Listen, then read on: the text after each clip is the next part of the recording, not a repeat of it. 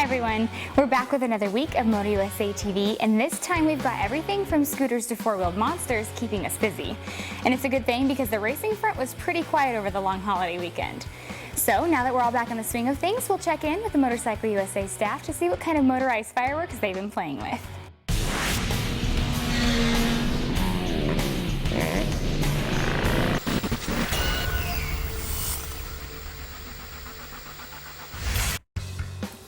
First off, it's a multi-bike comparo, but it's not your average run-of-the-mill head-to-head shootout.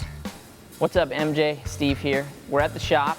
Just got done installing all four of the exhausts, ECUs, and gearing on the latest 600s. We got our modified Supersport Shootout in the works. This is stage 2, and we're taking them out to the track. Our road racers took a different approach to a middleweight shootout with an all-new ongoing series. Rather than spin laps on board familiar bikes, we built up each of the 4 Japanese 600cc machines specifically for track duty with a series of equally matched modifications. This multi-part comparison kicks off with stage 1, going live online next week. So be sure to check out MotoUSA's modified Supersport Shootout to see just what these popular 600s are capable of with a little TLC. Our dirt crew has been playing with a sport ATV that's built for all-around roosting fun rather than targeted track duty. DTR Racing likes to throw all kinds of high-performance modifications on modern sport quads, and one of their favorite subjects is the Yamaha Raptor 700R.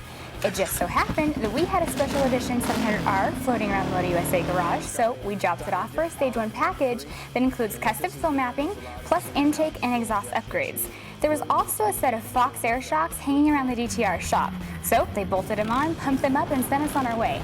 There's no better place for Yamaha's Big Bore Sporty than the dunes, so we let it roam in its natural environment until our faces hurt from smiling and our thumbs gave out.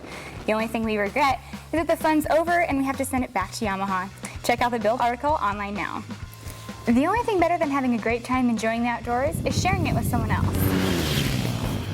The Polaris RZR4 makes that easier than ever by bringing the excitement of a side-by-side with the ability to carry an additional 2 passengers.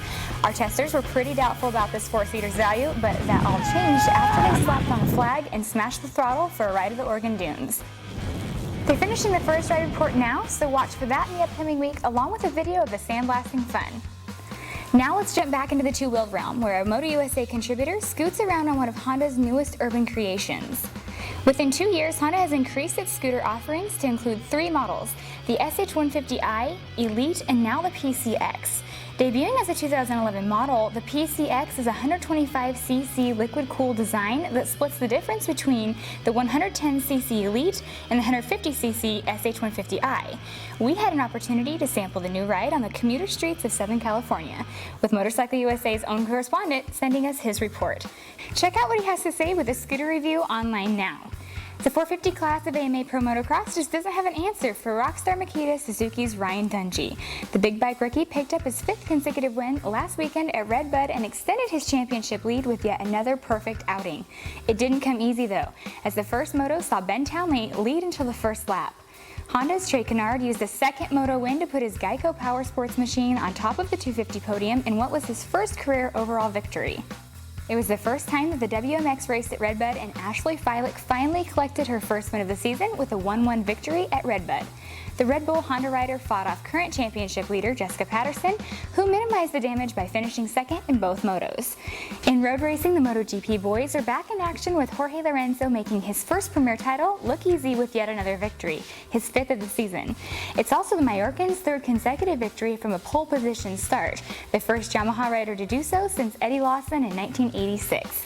The GP paddock now takes a week off before round 8 at Sachsenring and round 9 later this month at Laguna Seca. Coming up this weekend, World Superbike heads to Brno for round 9 with Max Biaggi looking to hold his title advantage over Suzuki's Leon Haslam. Glad you could stop by for this week's episode. With several racing seasons taking their summer break, keep your browser open at MotorcycleUSA.com to see who's still in action and what's happening in the motorcycle world. We've got another fresh batch of bike and ATV tests coming your way, so we'll see you next time.